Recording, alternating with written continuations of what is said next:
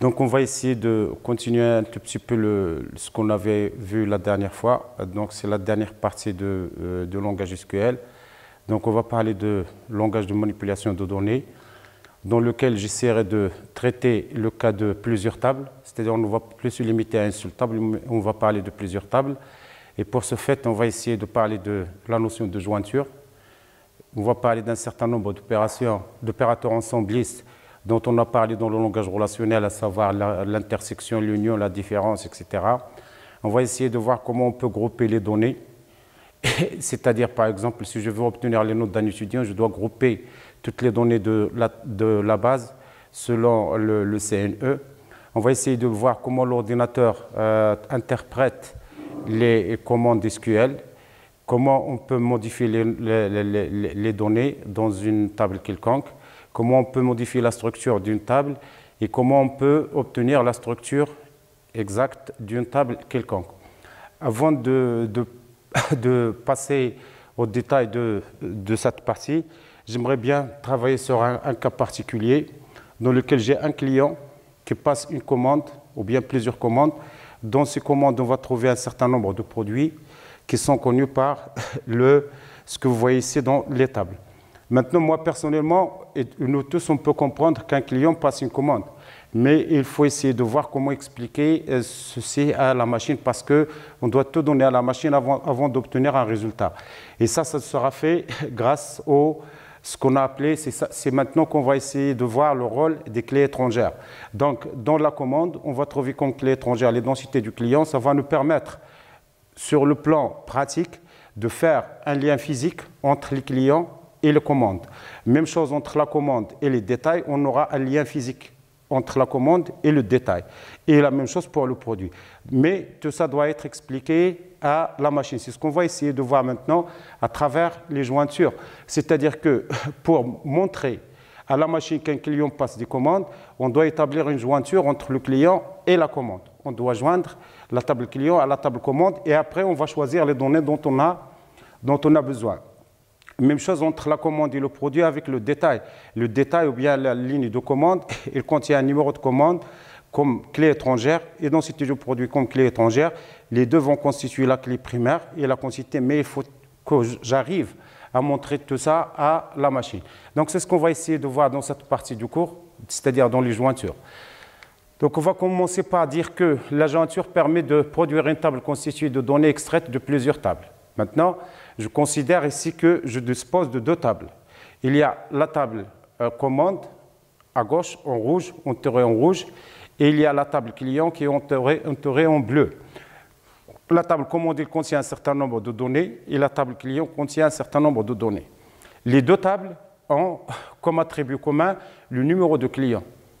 Le numéro de client, c'est un attribut commun dans le sens, c'est lui qui joue le rôle de la clé primaire dans la table client et il va jouer le rôle de la clé étrangère dans la table commande.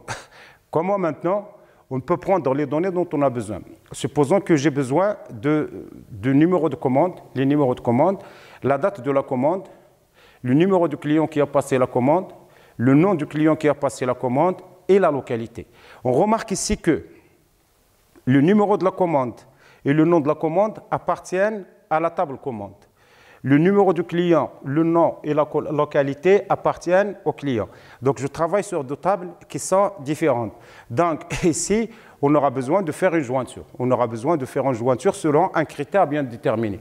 D'accord? Donc, on va mettre select, le numéro de commande, la date de la commande qui appartient à la table commande, le client, point numéro de client, le nom, la localité, from, à partir des tables commande et client, avec la condition que la commande point numéro du client est égale le client point numéro du client. C'est-à-dire que je vais sélectionner les commandes qui appartiennent, chaque client, je vais sélectionner les commandes qui appartiennent à ce client. Attention, ici on ajoute client, le préfixe client pour montrer que le numéro de client que j'ai utilisé provient de la table, si vous voulez, de la table client et non pas de la table commande.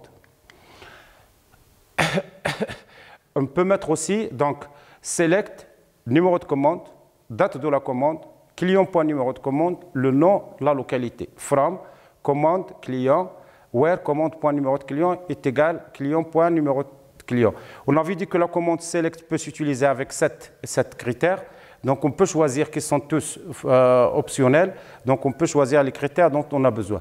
Donc, on a ici le préfixe.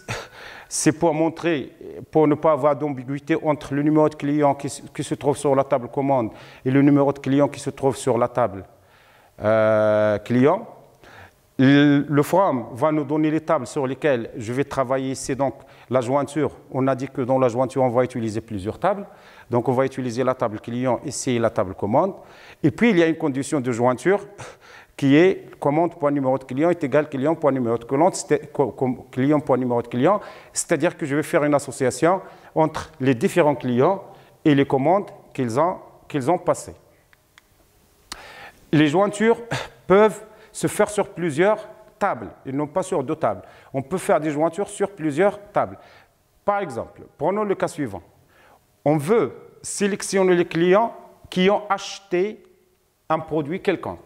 Si je regarde dans la table, je n'ai pas de relation directe entre le client et le produit. Le client est très loin du produit. Je dois passer par la commande, par les détails pour arriver, si vous voulez, au produit. Donc, ce que je vais faire, c'est que je vais faire une jointure triple ou la quadruple. Ça dépend des situations, ça dépend de ce dont j'ai besoin. Alors, je vais mettre select client.numéro de client, le nom, la date de la commande, le numéro de produit. On remarque ici que je dispose de 4 attributs, mais les attributs sont sélectionnés à partir de 3 tables.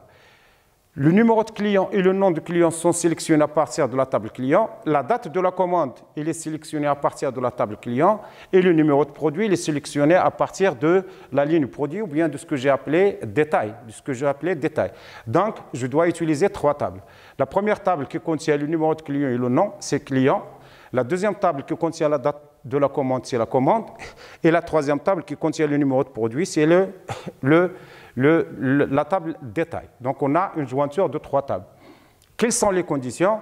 C'est que je vais faire la condition que le client, point, le numéro de client est égal la commande, point, le numéro de client, et la commande, point, le numéro de commande est égal détail, point, le numéro de commande. C'est ce que j'ai ici. Donc, client, point, numéro de client est égal commande, point, numéro de client, et and commande.numéro de commande est égal détail.numéro de commande. On peut ajouter des conditions.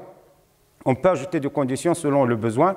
Par exemple, je vais sélectionner les commandes des clients qui sont de catégorie C1 et les commandes qu'ils ont faites avant le 20-11-2019.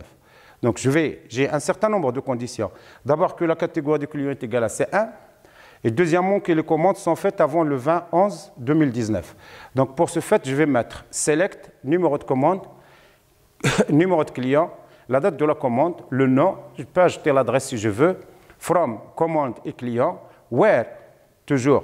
La condition, c'est que le numéro de client de la commande est égal au numéro de client, et la catégorie est égale à C1, et la date de la commande est inférieure au 20-11-2019. Donc, on a une condition de jointure plus des conditions de sélection. Les conditions de sélection, c'est catégorie est égale à C1 et date de la commande est inférieure au 20-11-2019. Maintenant, supposons que je n'ai pas de condition. Supposons que je reviens ici et j'enlève le where. Qu'est-ce que je vais obtenir en fait? Ce que je vais obtenir en fait, c'est le produit cartésien. C'est le produit cartésien entre 2 tables. Donc, je vais mettre sélectionner toutes les données dont j'ai besoin. Donc, c'est select, from, commande, client, sans aucune condition. Donc, chaque ligne du client sera associée avec chaque ligne de commande. Est-ce que ça a une importance pratique? Bien sûr que non, mais ça existe parce que c'est la base. Toutes les jointures qu'on va utiliser sont prises à partir du produit cartésien. D'accord? Donc, le produit cartésien, chaque ligne de commande est couplée avec chaque ligne. Chaque ligne de commande est couplée avec chaque ligne de client. C'est une requête qui est valide, mais qui n'a pas d'utilité pratique. On peut mettre aussi select, numéro de commande, numéro de client, date commande, numéro de from, etc. Where, commande par numéro de client est égal client par numéro de client. Cette commande va sélectionner tous les clients qui ont passé au moins une commande. Cette commande va sélectionner tous les clients qui ont passé au moins une commande. Pourquoi? Parce que le numéro de client figure sur la table commande. Tous les clients qui ont passé au moins une commande ont leur numéro qui figure sur la table commande. Donc cette commande ignore les lignes de clients qui n'ont pas encore passé de commande. Les clients qui n'ont pas encore passé de commande, on les appelle des clients célibataires. C'est-à-dire des clients qui n'ont pas, ils sont là, ce sont des clients qu'on a saisis dans la table client, mais qui n'ont pas encore passé de commande. On peut aussi voir ces lignes célibataires comme suit. Donc c'est select, ça c'est du texte, numéro de client, le nom, la localité, from client, where not exists, c'est-à-dire si je mets where exist, c'est-à-dire que le vrai de ça. Maintenant, quand je mets not exist, c'est le faux de ça. Qu'est-ce qu'il y a dans ça?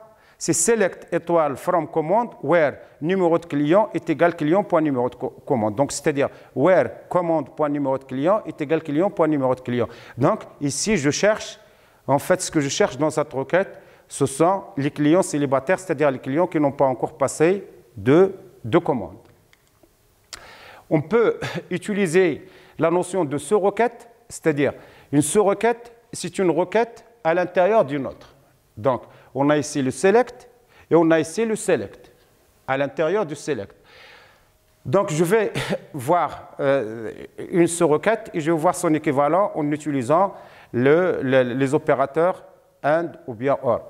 Donc, c'est select numéro de commande, date commande, from client, where numéro de client in, c'est-à-dire le numéro de client appartient à select numéro de client from client, where localité est égale à Rachidia.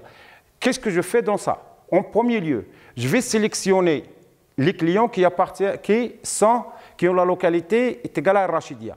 Ces clients-là, je vais voir les commandes qu'ils ont passées et je vais afficher les commandes correspondantes à ces clients.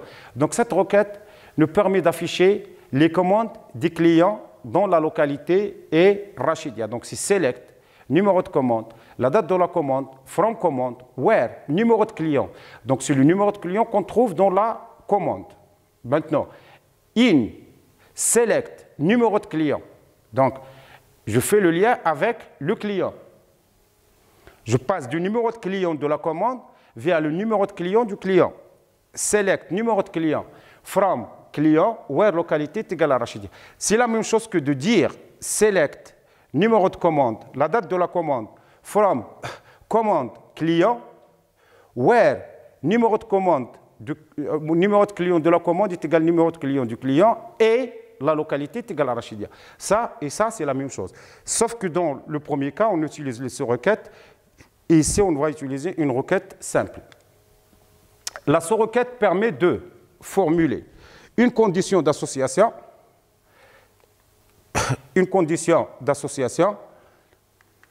une sous-requête permet de voir une condition d'association et une condition de non-association. Donc, c'est in ou bien not in.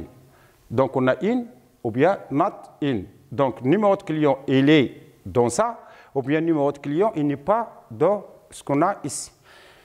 La jointure permet de formuler une condition d'association, c'est ce qu'on a ici.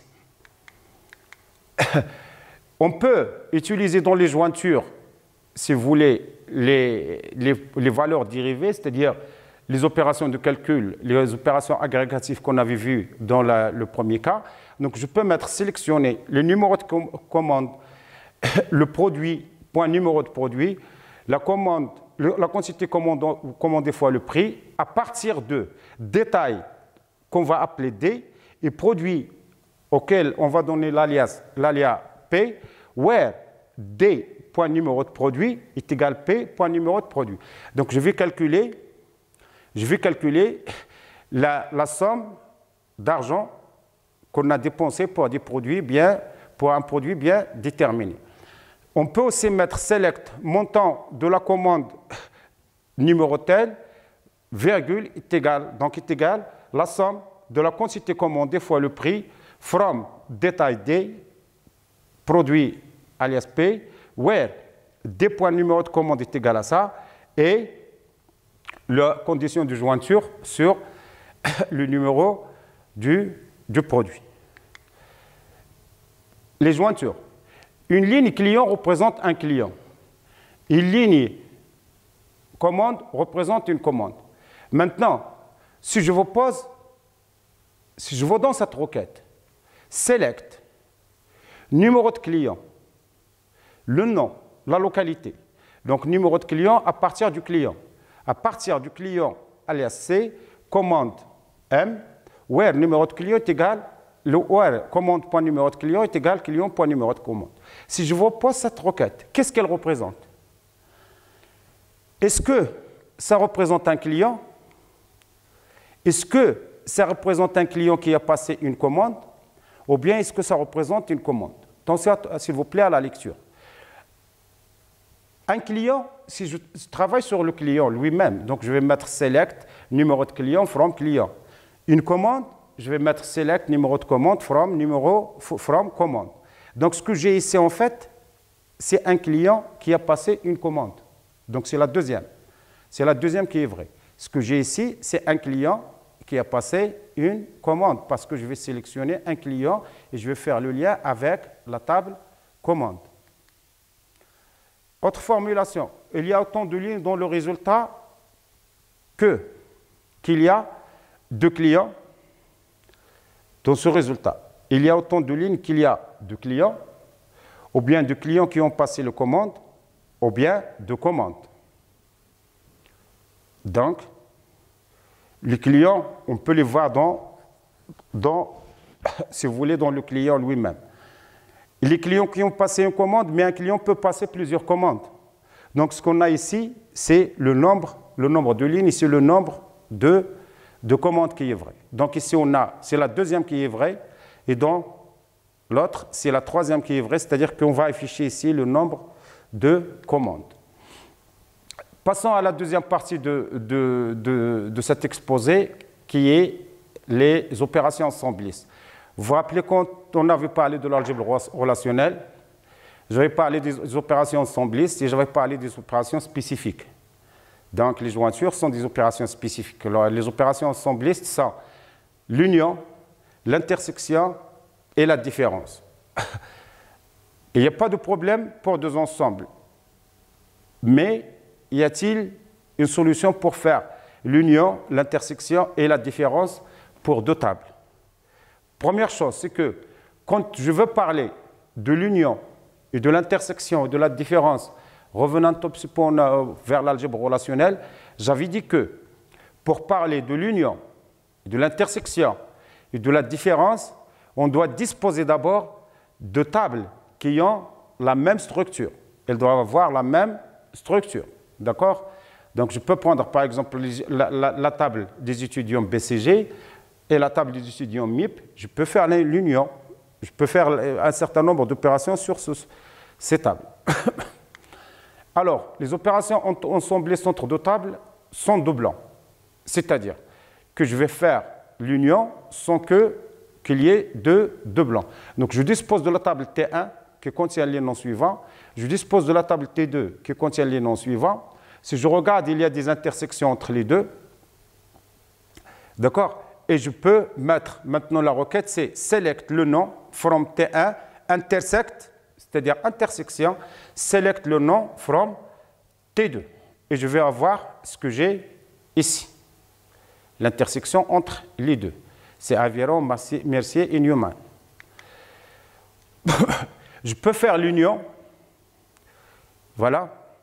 Je dispose ici de 5 éléments et de 2, ça donne 7.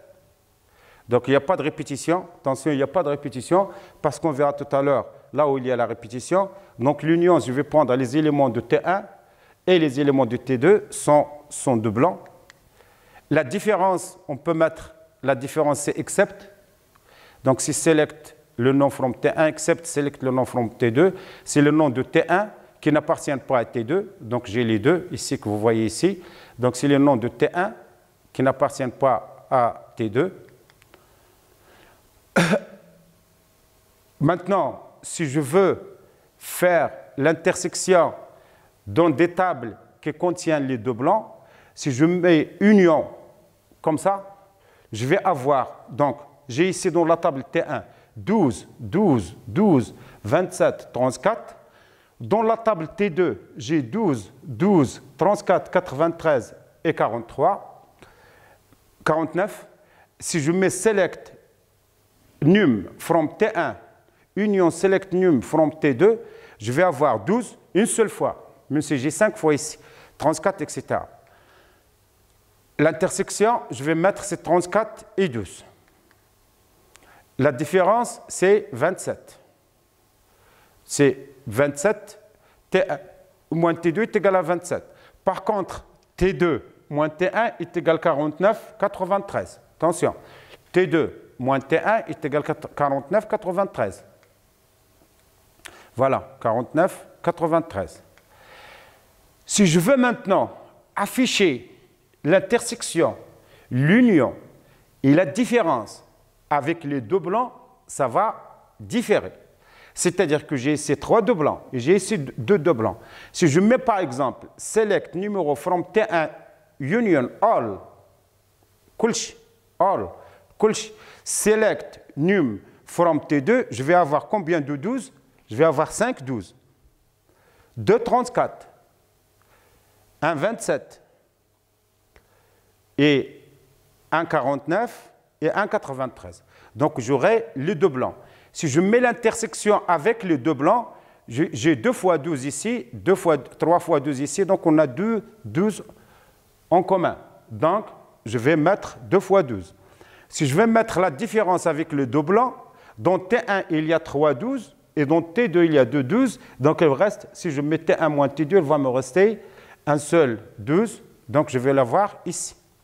Si je mets T2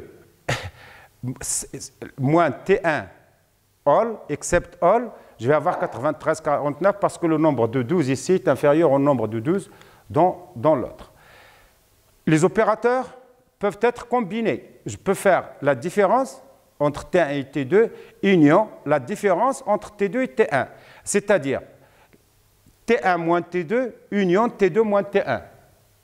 En fait, T1 moins T2, union T2 moins T1, c'est l'intersection de T1 et T2, donc ça va donner les éléments qu'on a ici, au milieu. Un exemple pratique.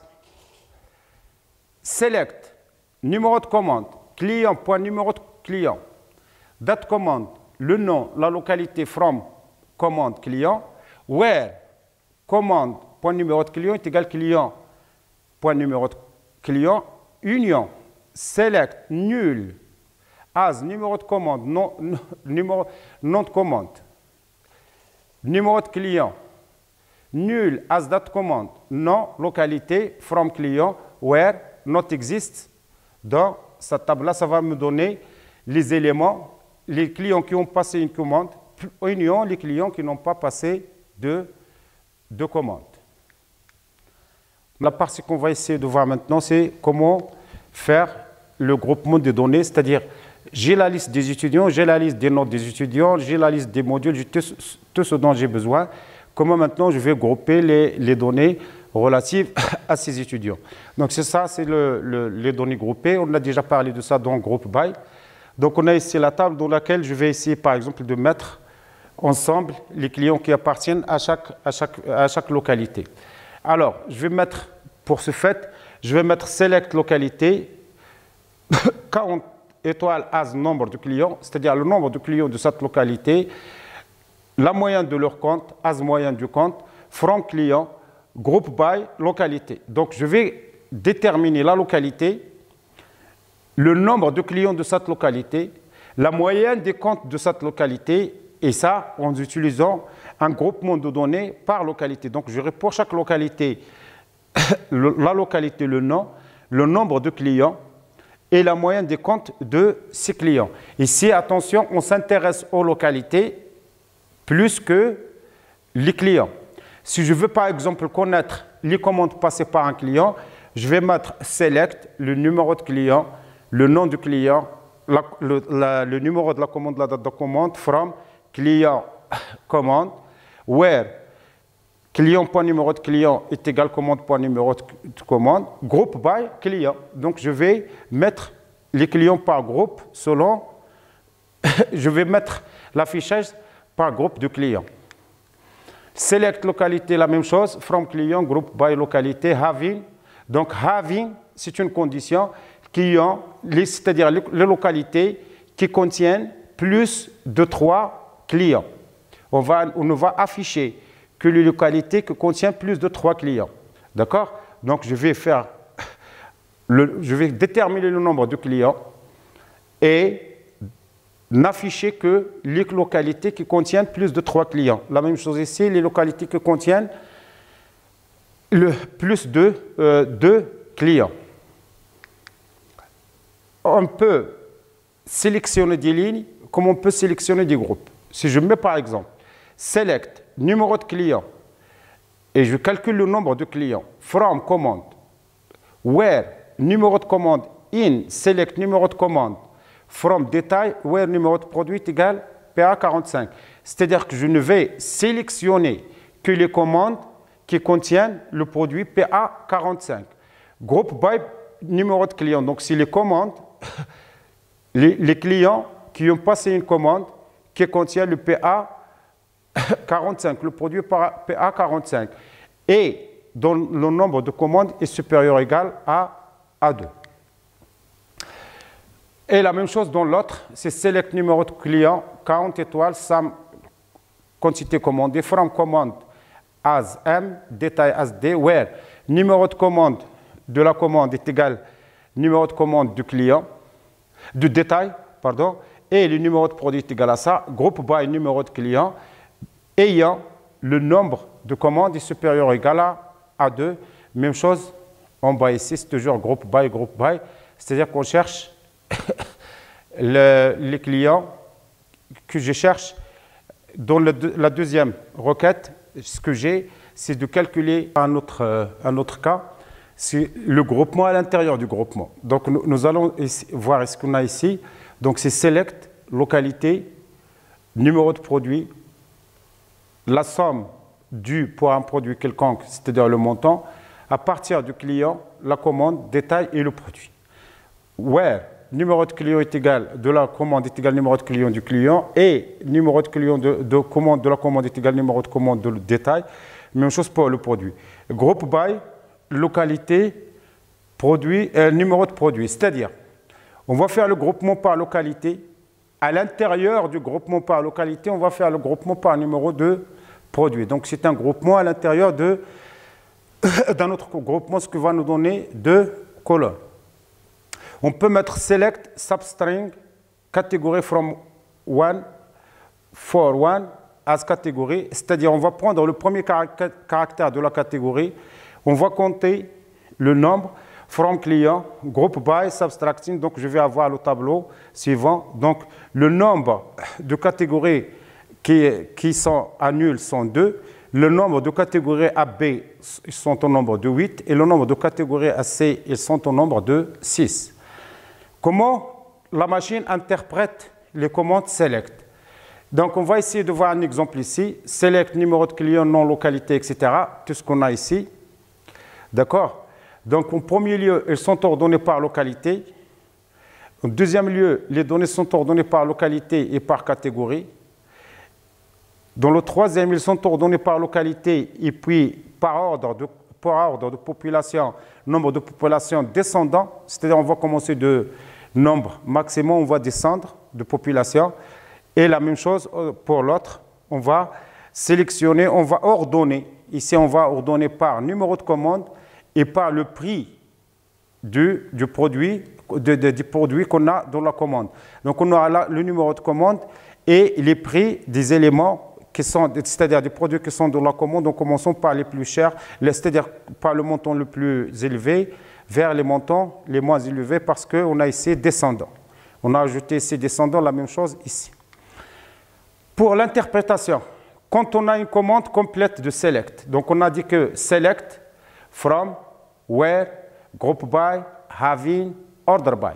Donc la manière, ce que la machine cherche en fait, c'est de faire une sélection. Donc c'est la dernière commande à exécuter. c'est la dernière commande à exécuter. Et les autres sont ordonnés de cette manière. Donc, on va prendre les éléments des tables, commande et détail. On va voir les conditions qu'on a ici. On va les grouper. On va commencer par le groupement. On va utiliser la condition de having. Et puis, on va, si vous voulez, ordonner les données. Donc, c'est set. L'ordre, c'est la dernière à exécuter, c'est select. Et les autres sont sélectionnés par ordre d'apparition. Maintenant, on passe à la modification des données. Pour modifier les données, on dispose de 3 opérateurs. Soit, maintenant, s'il vous plaît, on va modifier les données à l'intérieur de la table. On ne parle pas de la modification de la table. Donc, on peut insérer des lignes, on peut supprimer des lignes, on peut modifier des lignes. Donc, on va commencer par l'insertion.